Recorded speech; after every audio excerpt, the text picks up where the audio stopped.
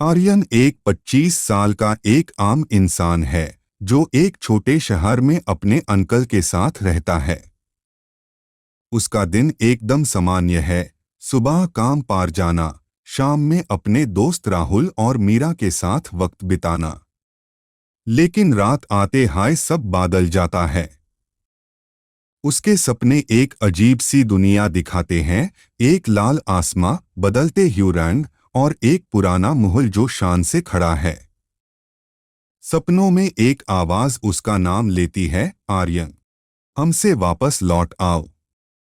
वो हमेशा इस सपने से घबराकर उठता है, पार समझ नहीं पता कि ये क्या है। एक दिन आर्यन को अपने अंकल की लाइब्रेरी में एक पुरानी किताब मिलती है।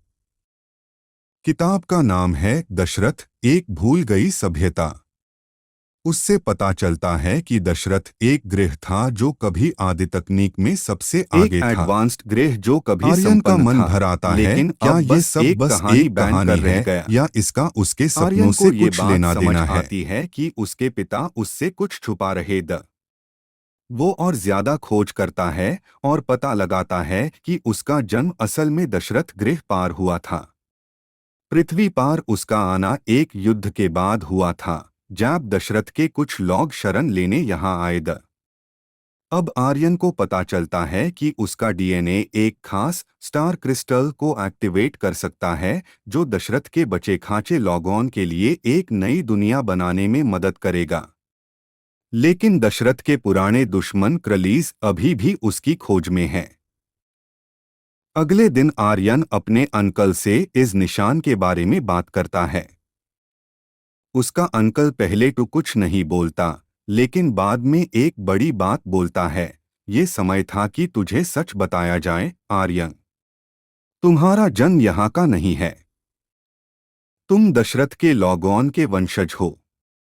तुम्हारा नाम ये पृथ्वी का नाम नहीं, तुम्हारा असली नाम है आर्यन दशरथी। आर्यन सन के हकाबका रह जाता है।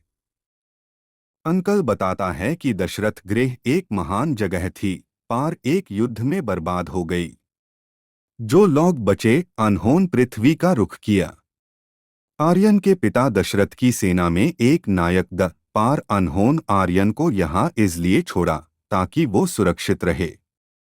अंकल उससे एक लाल क्रिस्टल देता है और कहता है, ये तेरा सिर्फ सपना नहीं है, आर्यन। ये तेरा कर्तव्य है। आर्यन को समझ नहीं आता कि वो क्या करे। वो पृथ्वी को अपना घर मानता है, पार उसका मन दशरथ के लिए खींचा चला जाता है।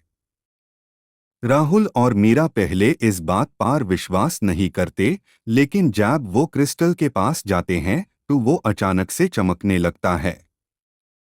क्रिस्टल के अंदर एक होलोग्राम जाग उठता है, एक सुंदर महिला जो आर्यन से कहती है, दशरथ तुम्हारा इंतजार कर रहा है। लेकिन तुम अकेला नहीं जा सकते। तुम्हें पहले अपनी असली शक्तियों को जगना होगा।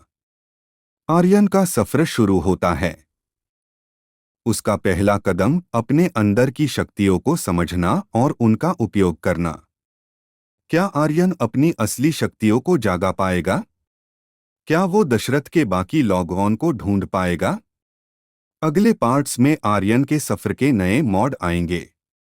आप अगर और भी डिटेल्स या नए ट्विस्ट्स चाहते हैं तो मुझे बताइए।